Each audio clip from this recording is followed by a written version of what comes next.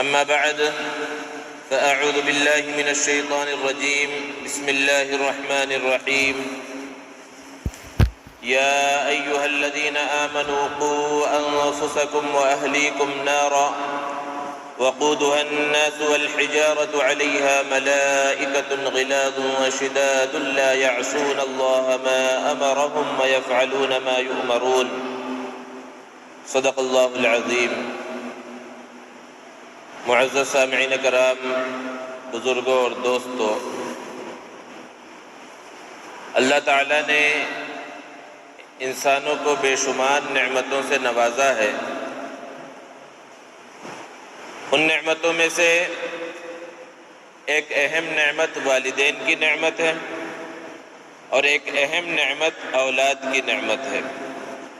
والدین کا کیا مقام و مرتبہ ہے، ان کے کیا حقوق ہیں، گزشتہ جمعے میں آپ کے سامنے مختصراً اس کا تذکرہ کیا گیا. عام طور پر یہ سمجھا جاتا ہے، والدین کے ذہنوں میں یہ بات بیٹھی ہوئی ہے کہ صرف ہمارے ہی حقوق اولاد پر ہیں، اولاد کو ہماری عزت کرنی چاہیے، اولاد ہماری خدمت کرے، ہماری اطاعت کرے، ہماری فرما برداری کرے. بالکل صحیح بات ہے، یہ ہونا چاہیے. لیکن جہاں والدین کے حقوق اولاد پر ہیں، وہیں اولاد کے حقوق اور ذمہ داریاں والدین کے اوپر بھی ہیں. ایک شخص حضرت عمر رضی اللہ تعالی عنہ کے پاس اپنے بیٹے کی شکایت لے کر حاضر ہوا اور کہا کہ یہ بہت بڑا نافرمان ہو گیا ہے، میری باتیں نہیں مانتا. تو حضرت عمر رضی اللہ تعالی عنہ نے اس بچے کو بھی بلایا اور اس سے پوچھا کہ تمہارے والد تمہاری یہ شکایت لے کر آئے ہیں کہ تم ان کی نافرمانی کرتے ہو. تو بیٹے نے حضرت عمر رضی اللہ تعالی عنہ سے پوچھا، آپ مجھے یہ بتلائیے، کیا اولاد کے بھی والدین پر کچھ حقوق ہیں؟ تو حضرت عمر رضی اللہ تعالی عنہ نے فرمایا کہ بہت سارے حقوق ہیں، لیکن بنیادی حق یہ ہے کہ جب انسان نکاح کرے تو اپنی اولاد کی والدہ کے واسطے ایک نیک عورت کا انتخاب کرے، اور جب بچے کی ولادت ہو جائے تو اس کا ایک اچھا سا نام رکھے، اور جب بچہ شعور کی عمر کو پہنچ جائے تو اسے دین کی قرآن کی تعلیم دے دے. یہ بنیادی حق ہے. اس بچے نے جواب دیا کہ میرے والد میری شکایت آپ کے پاس لے کر آئے ہیں، لیکن آپ نے جو حقوق بیان کیے ان میں سے انہوں نے ایک بھی حق ادا نہیں کیا. انہوں نے نکاح ایک مجوسی کی بادی سے کی، یعنی میری والدہ کے لیے ایک نیک عورت کا انتخاب انہوں نے نہیں کیا، اور جب میں پیدا ہوا تو میرا نام بھی انہوں نے اچھا نہیں رکھا. میرا نام ایسا ہے کہ جس کے معنی بدصورتی کے آتے ہیں، اور اب میں بڑا ہو گیا ہوں اور آپ کے پاس میری شکایت پہنچی ہے، اور آج تک انہوں نے مجھے دین کی کوئی تعلیم نہیں دی، قرآن بھی نہیں پڑھایا. تو حضرت عمر رضی اللہ تعالیٰ عنہ نے اس شخص کی طرف مخاطب ہو کر کہا کہ آج تم اپنے بیٹے کی نافرمانی کی شکایت لے کر آئے ہو، لیکن اس کے نافرمان بننے سے پہلے ہی تم نے اسے نافرمان بنایا. اس کے اندر تمہارا ہی قصور ہے. آج معاشرے کے اندر جو خرابیاں پھیلی ہوئی ہیں، اس کے اندر ایک خرابی یہ بھی ہے کہ والدین بہت پریشان ہیں. اولاد کی بے راہ روی کی وجہ سے، آوارہ بچوں کے ساتھ گھومنے کی وجہ سے، غلط صحبت کی وجہ سے، موبائل فون کے غلط استعمال کی وجہ سے، والدین کے اور بڑے لوگوں کے ادب و احترام نہ کرنے کی وجہ سے، ان کی بات کے نہ ماننے کی وجہ سے بہت پریشان نظر آتے ہیں. اور لوگ جو ہے اپنے رشتہ داروں میں شکایتیں کرتے بھی ہماری اولاد ہماری ہاتھ سے نکلتی جا رہی ہے، ہماری اولاد ہماری بات نہیں مان رہی ہے. یہ شکایتیں بجا ہیں، لیکن خود اپنا محاسبہ کرنے کی ضرورت ہے، غور کرنے کی ضرورت ہے کہ اس کے اندر کہیں ہماری کوتاہی تو نہیں ہے. غور کیا جائے تو پتہ چلے گا کہ والدین کی بہت بڑی کوتاہی ہے. جب وہ بچہ چھوٹا سا تھا، جب وہ بچہ یا بچی چھوٹی سی تھی، تو اس وقت ماں یہ کہتے ہوئے لوگوں کے سامنے نہیں تھکتی تھی کہ میرے بچی کو دیکھو، ابھی 5 سال عمر ہے، 6 سال عمر ہے، کتنا اچھا ڈانس کر لیتی ہے، کتنے اچھے گانے گا لیتی ہے. اور آج تو ایک ماحول بن چکا ہے کہ چھوٹے بچوں کی ہوشیاری اور ذہانت موبائل فون اور ٹیب اور لیپ ٹاپ کو اچھے سے چلا لینے میں سمجھا جاتا ہے، اور لوگ جو ہے بڑے فخر سے مہمانوں کے سامنے اور دوسروں کے سامنے یہ بیان کرتے ہیں کہ بھئی ابھی اسکول بھی نہیں جاتا بچہ، لیکن دیکھو یہ سب کچھ کھول لیتا ہے، یوٹیوب نکال لیتا ہے، اس میں سے جو چاہے وہ سرچ کر لیتا ہے، اور یہ فلاں چیز کر لیتا ہے، یہ گیم اپنے سے نکال لیتا ہے، اپنے سے کھیل لیتا ہے اور چلا لیتا ہے۔ بچوں کا جو بچپنا تھا وہ بچپنا ہی ختم ہو گیا۔ وہ بچپنا تھا کہ کھیلتے کودتے، ان کی صحت بنتی، لیکن وہ موبائل فون ان کے ہاتھ میں بھی دے دیا گیا، وہ کھلونے دے دیے گئے، اور اس کو کامیابی کا زینہ سمجھا جا رہا ہے۔ اور یہی بچے جب بڑے ہوتے ہیں اور پھر والدین کے سر پر سوار ہوتے ہیں تو پھر وہ والدین پریشان نظر آتے ہیں، اور بسا اوقات ان کی زبان سے بد دعائیں نکلنی شروع ہوتی ہیں۔ کبھی تو وہ اپنے آپ کو کوستے، کاش کہ ہم پیدا ہی نہ ہوئے ہوتے، کاش کہ ہم نے شادی ہی نہ کی ہوتی، اور کبھی اولاد کو کوستے ہوئے نظر آتے ہیں۔ لیکن اس سے پہلے اپنا محاسبہ کرنے کی ضرورت ہے کہ ہم نے کیا جو حقوق عائد تھے ان حقوق کو ادا کیا، کیا ہم نے ان ذمہ داریوں کو پورا کیا؟ اس پر بہت اچھے سے غور و فکر کرنے کی ضرورت ہے۔ دوستو، قرآن مجید میں اللہ رب العزت نے بیان فرمایا، یا ایھا الذین آمنوا قوا انفسکم واہلیکم نارا، کہ اے ایمان والو اپنے آپ کو اور اپنے اہل و عیال کو، اپنے گھر والوں کو، اپنے بیوی بچوں کو جہنم کی آگ سے بچاؤ۔ کون سی جہنم کی آگ؟ وقودها الناس والحجارہ، جس کا ایندھن انسان اور پتھر ہوں گے۔ انسان کو ڈالا جائے گا اور پتھروں کو بھی ڈالا جائے گا۔ پتھر کو کیوں ڈالا جائے گا؟ یہ بتلانے کے واسطے کہ دیکھو تم انہی پتھروں کو پوچھتے تھے، آج بھی انہیں ڈال دیا گیا، حالانکہ ان کے اندر جان نہیں ہے، انہیں سزا دینا مقصود نہیں ہے، بلکہ انسان کو بتلانا مقصود ہے کہ جس پتھر کو تم عظمت والا سمجھتے تھے اور جس پتھر کو تم سمجھتے تھے کہ یہ ہمارے کام آئے گا، آج تمہارے ساتھ انہیں بھی آگ کے اندر جلایا جا رہا ہے۔ تو یہاں پر اللہ رب العزت نے صرف یہ نہیں کہا کہ تمہاری کامیابی بس اسی میں ہے کہ اپنے آپ کی حفاظت کر لو، اپنے آپ کو جہنم کی آگ سے بچا لو، قوا انفسکم صرف نہیں کہا، بلکہ کامیابی کا دار و مدار اللہ رب العزت نے اس پر رکھا ہے کہ اپنے آپ کو بچاؤ واہلیکم، اور اپنے گھر والوں کو بھی بچاؤ۔ کوئی شخص، کوئی مسلمان اپنی ذات کے اعتبار سے تو بہت بڑا دیندار ہو اور بہت بڑا پرہیزگار ہو، نمازی ہو، متقی ہو، لیکن اس کی اولاد کی اس نے فکر نہ کی ہو تو پھر وہ کامیاب نہیں ہے، یہ قرآن کہہ رہا ہے۔ اور بہت سی مرتبہ یہ دیکھا جاتا ہے کہ جو گھر کا سرپرست ہے، ذمہ دار ہے، وہ بہت بڑا نمازی ہے، صف اول کا پابند ہے، تہجد گزار ہے، حج اور عمرے کرنے والا ہے، نیکیوں کے کام میں خوب خرچ کرتا ہے، اور اولاد کو دیکھے تو اولاد کسی اور راہ پر جا رہی ہے، یہ مشرق کی طرف جا رہا ہے، وہ مغرب کی طرف جا رہا ہے۔ اور بسا اوقات لوگوں سے کہا جاتا ہے کہ بھئی اپنے گھر والوں کی بھی فکر کرو، تو کہتے ہیں کہ بھئی ہم نے جتنی کوشش کرنی تھی کر لی، اب معاملہ اور معاشرہ بڑا خراب آ گیا ہے، اب زمانہ بدل گیا ہے، اب جو ہے بچے ہمارے قبضے قدرت میں نہیں رہے، اب وہ ہماری بات نہیں مانتے۔ دنیا کے معاملے میں تو ساری بات مانتے ہیں، تجارت کے معاملے میں ساری بات مانتے ہیں، بس دین کا مسئلہ اگر آ جائے تو اگر ہم یہ کہہ رہے ہیں کہ ہم نے کوشش کر لی، اور اللہ رب العزت نے قرآن مجید میں اس بات کو بیان فرمایا، وَلَا تَزِرُ وَازِرَةٌ وِزْرَ أُخْرَى، کسی دوسرے کا گناہ کسی دوسرے کے اوپر نہیں ڈالا جائے گا۔ حضرت نوح علیہ السلام کا بیٹا بھی نافرمان تھا، تو اس میں باپ کی کمی نہیں تھی۔ تو یہاں بتلانا یہ مقصود ہے کہ اگر جو یہ کہہ رہے کہ ہم نے کوشش کر لی، اگر حقیقت میں کوشش کر لی، جس طرح کوشش کرنی چاہیے تھی اس طرح کی کوشش اولاد کے اور اپنے ماتحتوں کے پیچھے ہو چکی کہ انہیں صحیح راستے پر لگایا جائے، انہیں دین کے راستے پر لگایا جائے، انہیں دین کی تعلیم دی جائے، انہیں جنت کے راستے پر لگا دیا جائے، اگر حقیقت میں وہ کوشش کر لی اور اس کے باوجود بھی اولاد غلط راستے پر ہے تو انشاءاللہ مواخذہ نہیں ہوگا۔ لیکن مفسرین نے بیان فرمایا ہے کہ یہ آیت کریمہ جس میں اللہ رب العزت نے بیان فرمایا یا ایھا الذین آمنوا قوا انفسکم، کہ اپنے آپ کو بچاؤ، اس آیت میں اللہ رب العزت نے ایک لفظ کا استعمال کیا نار، کہ اپنے آپ کو جہنم کی آگ سے بچاؤ۔ نارا، آگ کا لفظ اللہ نے کیوں استعمال کیا؟ اس لیے استعمال کیا کہ جو جہنم کی آگ ہے وہ دنیا کی آگ کے مقابلے میں بہت خطرناک ہے۔ دنیا کی آگ کا معاملہ کیا ہے؟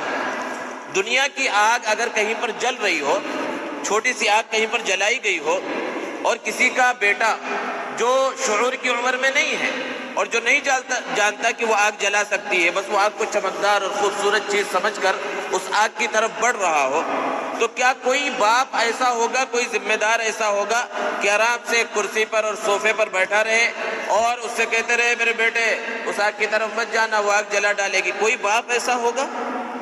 بلکہ کیا کرے گا باپ؟ دوڑ کر اس بچے کو پکڑے گا، اپنے ہاتھ کا استعمال کرے گا۔ اپنا بیٹا تو چھوڑیے، کوئی ایسا بچہ جس کا اس سے خون کا رشتہ بھی نہ ہو، پہچانتا بھی نہ ہو، اور کوئی عام انسان دیکھے کہ ایک معصوم بچہ آگ کی طرف جا رہا ہے تو زبانی جمع خرچ کرنے پر وہ بھی اکتفا نہیں کرے گا، وہ دوڑ کر اس بچے کو بچائے گا۔ کیوں بچائے گا؟ کیونکہ معلوم ہے کہ یہ آگ بڑی خطرناک ہے، یہ آگ جلا ڈالے گی اگر بچہ، اور ہم صرف بولتے رہے تو ہو سکتا ہے وہ بچہ نہ سنے، تو وہ آگے بڑھ کر فکر اور کوشش کی جاتی ہے۔ مفسرین نے بیان فرمایا کہ اب ہم غور کر لیں کہ اس جہنم کی آگ سے بچانے کے واسطے جو اتنی خطرناک ہے، اس آگ سے بچانے کے واسطے کیا اس طرح فکر کی کوشش کی جس طرح دنیا کی آگ سے بچانے کی ہم فکر کرتے ہیں؟ اس پر غور کرنے کی ضرورت ہے۔ اگر اتنی کوشش کر لی ہے تو پھر انشاءاللہ مواخذہ نہیں ہوگا، لیکن اس پر غور کرنے کی ضرورت ہے کہ چھوٹی سی ہم 1-2 روپے کی جو موم بتی ہوتی ہے، بالکل معمولی سی، کبھی لائٹ چلی گئی تو جلانے کے لیے ہم استعمال کرتے ہیں، اس کی لو کیسی ہوتی ہے؟ بالکل ہلکی سی۔ تو دنیا کی آگ کا معاملہ کیا ہے کہ طاقتور سے طاقتور انسان 10 سیکنڈ 20 سیکنڈ تک اپنی انگلی اس لو کے اوپر جو ہلکی سی موم سے جل رہی ہے اس لو کے اوپر بھی نہیں روک سکتا، معلوم ہے کہ جل جائے گا، اس کو برداشت نہیں کر پائے گا۔ تو پھر ہم غور کریں کہ اگر ہم نے اچھے سے آخرت کی تیاری نہ کی تو ہم جہنم کی آگ کا جو اس سے بہت تیز ہے، بہت خطرناک ہے، اس کا سامنا کیسے کریں گے؟ اور ہماری اولاد جس سے ہم دل و جان سے محبت کرتے ہیں اسے آگ میں ڈال دیا جائے گا تو وہ اس کو کس طرح برداشت کرے گی؟ یہ فکر اور سوچ، یہ تڑپ جب پیدا ہوگی تو پھر صحیح انداز میں اولاد کی تربیت کا، اپنے ماتحتوں کی تربیت کا جذبہ پیدا ہوگا۔ تو صرف یہ کہہ لینے سے کام نہیں چلے گا کہ ہم نے تو بہت فکر کی، بہت کوشش کی، اس طرح کی فکر مطلوب ہے، اس طرح کی کوشش مطلوب ہے۔ تو بہرحال جہاں والدین کے حقوق اولاد پر ہیں، ایسے ہی اولاد کے حقوق والدین کے اوپر عائد ہوتے ہیں، اور سب سے پہلا حق جیسا کہ ابھی بیان کیا گیا وہ حق یہی ہے کہ پہلے جب نکاح کے وقت نیک عورت کا انتخاب کیا جائے، اور پھر دوسرا حق جب بچے کی ولادت ہو جائے تو اس کا ایک اچھا سا نام رکھا جائے۔ بہت سے لوگ بولتے ہیں بھائی نام میں کیا رکھا ہے؟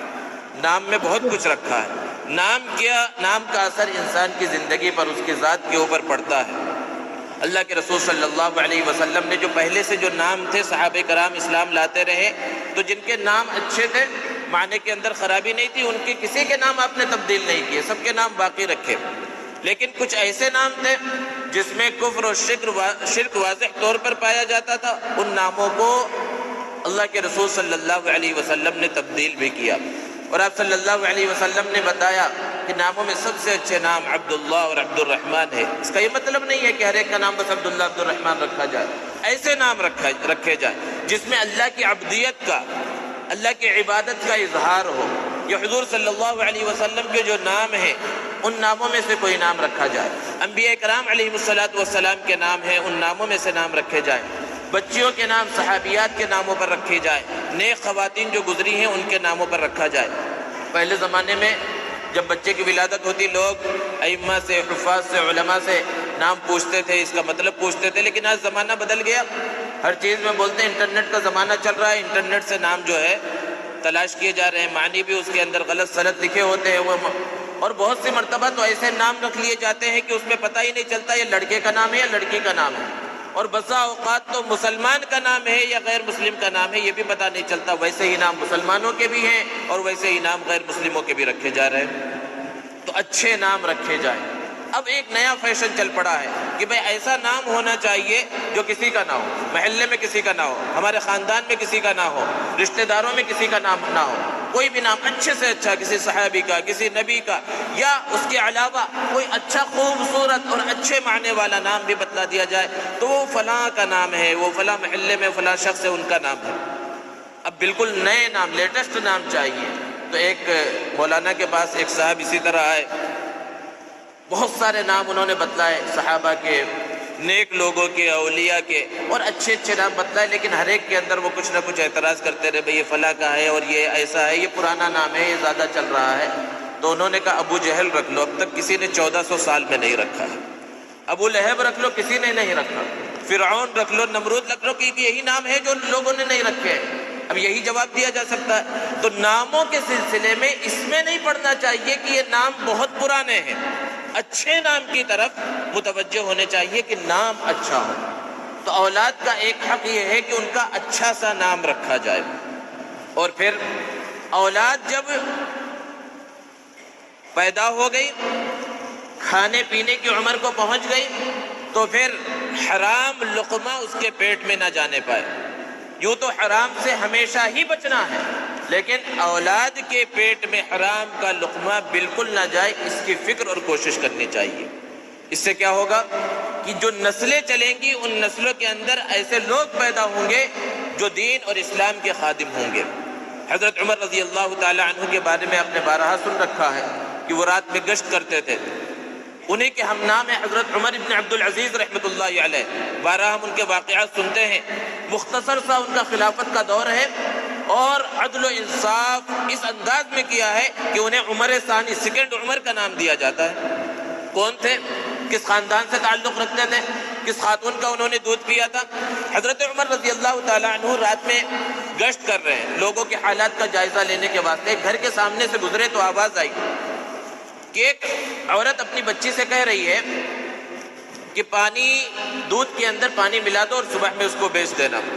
تو اس بچی نے کہا، جو نوجوان ہیں، حضرت عمر رضی اللہ تعالیٰ عنہ نے باہر سے اس بات کو سنا کہ کیا آپ نے امیر المؤمنین کا فرمان نہیں سنا کہ چیزوں کے اندر ملاوٹ نہ کی جائے اور دودھ کے اندر پانی ملا کر نہ بیچا جائے؟ کیا آپ نے اس بات کو نہیں سنا ہے؟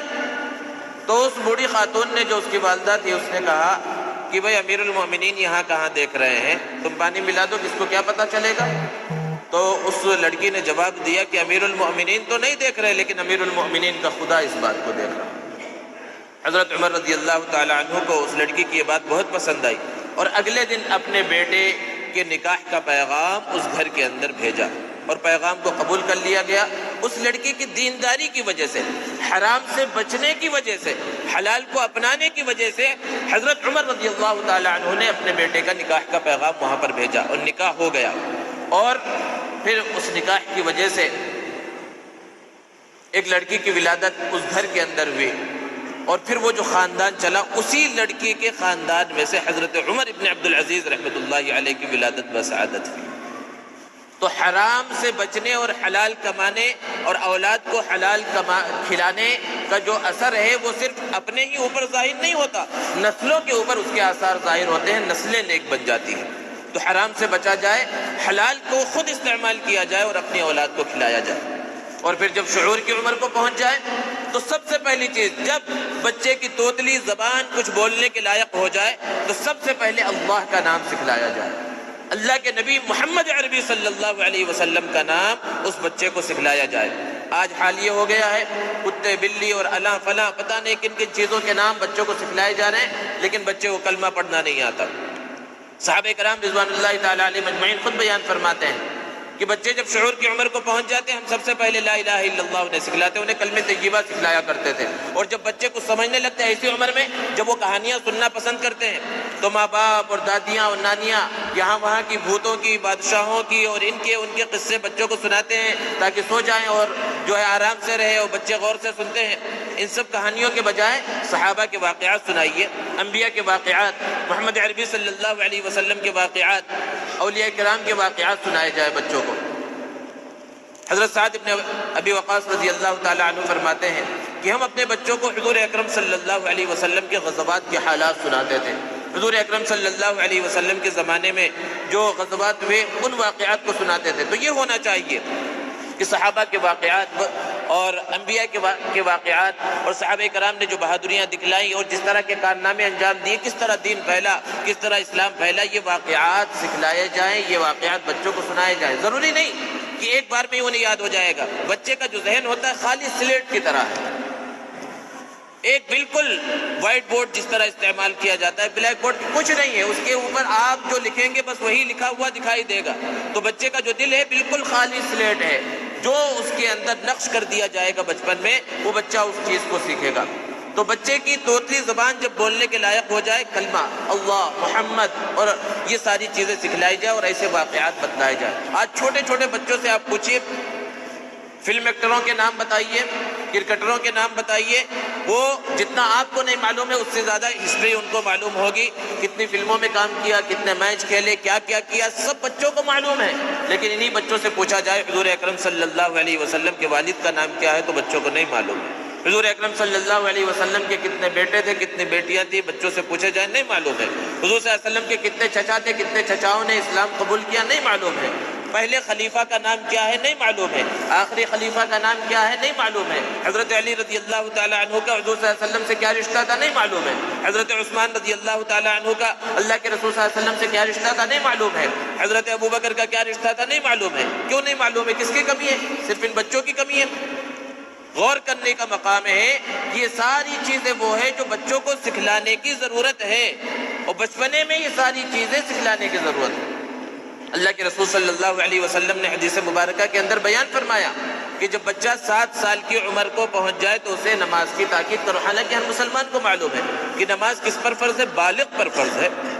جو نابالغ ہے اس کے اوپر نماز فرض نہیں، اور 7 سال کی عمر میں بچہ بالغ نہیں ہوتا، لیکن اس کے باوجود اللہ کے رسول صلی اللہ علیہ وسلم نے فرمایا کہ جب بچہ 7 سال کی عمر میں پہنچ جائے تو اسے نماز کے بارے میں ترغیب دو، سختی کرنے کا حکم نہیں دیا، اور پھر کہا جب 10 سال کی عمر میں ہو جائے اور پھر بھی نماز نہ پڑھے تو مارو، یعنی ہلکی سی اسے تنبیہ کرو۔ کیوں؟ بچپنے سے یہ عادت ڈلوانا ہے۔ یہ عادت جب بچے کے اندر بچپن سے پڑے گی، دین کی طرف اس کا رجحان رہے گا۔ اور اگر ہم نے بچپنے میں دین نہیں سکھلایا تو پھر آج جو ماحول ہے کہ تھوڑا سا بچہ بڑا ہوتا ہے اور شعور کی عمر کو پہنچتا ہے، ہم اسکولوں کے اندر ڈال دیتے ہیں، اور تقریباً اسکول کیسے ہیں جہاں پر دینیات وغیرہ کی تعلیم نہیں ہوتی، اور اگر ہم نے اپنے بچوں کو پھر مکاتب وغیرہ سے بھی نہیں جوڑ رکھا ہے تو بچے صرف انگلش سیکھ رہے ہیں اور دوسری چیزیں ہی سیکھ رہے ہیں، تو دین کہاں سیکھیں گے؟ تو ماں کی گود وہ سب سے پہلا مدرسہ ہوتی ہے، گھر وہ سب سے پہلا مدرسہ ہے، دین سیکھنے کی اصل جگہ تو وہ گھر ہی ہے۔ لیکن گھروں کا ماحول اگر ایسا ہو کہ میاں بیوی کے اندر ہی لڑائی ہو رہی ہو، گالم گلوچ چل رہی ہو، تو وہ بچہ جس کو ہم سمجھتے ہیں وہ کچھ نہیں سیکھ رہا۔ حالانکہ اگر بچہ بھی بولنے کی عمر کو نہیں پہنچا، اس کے سامنے بھی جو باتیں کی جاتی ہیں اور جو چیزیں بولی جاتی ہیں وہ بھی اس کے ذہن کے اندر نقش ہوتی ہیں، تو پھر تھوڑا سا بڑا ہو کر وہ بھی گالیاں دیتے ہوئے پھرتا ہے محلے کے اندر، وہ بھی لوگوں کو برا بھلا کہتے ہوئے پھرتا ہے، تو لوگوں کی شکایتیں آتی ہیں تو ہم افسوس کرتے ہیں۔ اب افسوس کیوں کیا جا رہا ہے؟ یہ سب کس سے سیکھا؟ یہ سب بچہ جو کچھ بولے گا کسی نہ کسی سے سیکھ کر ہی بولے گا، کسی نہ کسی سے سن کر بولے گا۔ اب کہاں سن رہا ہے؟ یا تو گھر میں سن رہا ہے، تو پھر اپنے آپ کو سدھارنے کی ضرورت ہے، یا پھر باہر سیکھ رہا ہے، تو باہر ہم نے کیسے لوگوں کی صحبت میں رکھا؟ بچے کی صحبت بھی بہت ضروری ہے کہ صحبت کیسی ہونی چاہیے۔ نیک لوگوں کی صحبت کے اندر بچے کو رکھا جائے۔ اگر صحبت اچھی نہیں ہوگی، آوارہ لوگوں کے ساتھ، آوارہ بچوں کے ساتھ گھومے گا تو وہ بچہ بھی آوارہ بن جائے گا۔ صحبت کا بہت بڑا اثر پڑتا ہے۔ مولانا رومی رحمۃ اللہ علیہ نے ایک واقعہ لکھا ہے کہ ایک شخص جنگل میں گیا اور شیر کا ایک چھوٹا سا بچہ تھا، بالکل بچہ ہی تھا، بچپنے میں تھا، اس کو پکڑ کر لایا اور بکریوں کے ریوڑ میں چھوڑ دیا۔ بکریوں کے ساتھ وہ شیر کا بچہ بڑا ہونے لگا۔ ہمیشہ صبح شام وہ بکریوں کو دیکھ رہا ہے، اور بکری کی صفت کیا ہے؟ معصوم مسکین جانور ہے، بزدل جانور ہوتی ہے بکری، اس کے اندر جو ہے کسی پر حملہ کرنے کی صلاحیت نہیں ہوتی، تو انہی کے ساتھ جو ہے وہ بھی اس کے اندر بھی وہی بزدلی آ گئی، وہ بھی اپنے آپ کو بکری ہی سمجھنے لگا۔ اب ایک مرتبہ دریا کے پاس سے گزرا اور پانی پینے کے واسطے جب دریا کے اندر منہ ڈالا تو اس کے اندر اس کی شکل نظر آئی کہ یہ میری شکل تو بالکل الگ ہے ان سے، اور میں تو شیر ہوں۔ اور جیسے ہی اسے پتا چلا کہ میں تو شیر ہوں، بس وہ بکریوں کے ریوڑ کے اندر اس نے تباہی مچا دی۔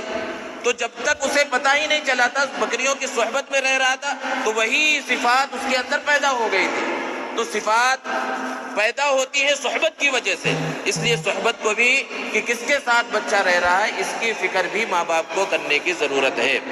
اسی طرح کا اور ایک واقعہ لکھا کہ ایک شہزادے کی تربیت کے واسطے بادشاہ نے گھر کے اندر خواتین کو متعین کر دیا اور اس کی خدمت ہو رہی ہے، انہی کے اندر وہ پلا بڑھا اور انہی میں وہ جوانی کی عمر کو پہنچ گیا۔ ہر طرف عورتیں اسے گھیرے رکھی ہیں کہ محل کے اندر ایک سانپ نکل آیا۔ اب وہ جو گھر کی خواتین تھی، خادمائیں تھی، ان لوگوں نے چلانا شروع کیا، کسی مرد کو بلاؤ، کسی مرد کو بلاؤ، یہ شہزادہ بھی چلا رہا ہے، کسی مرد کو بلاؤ۔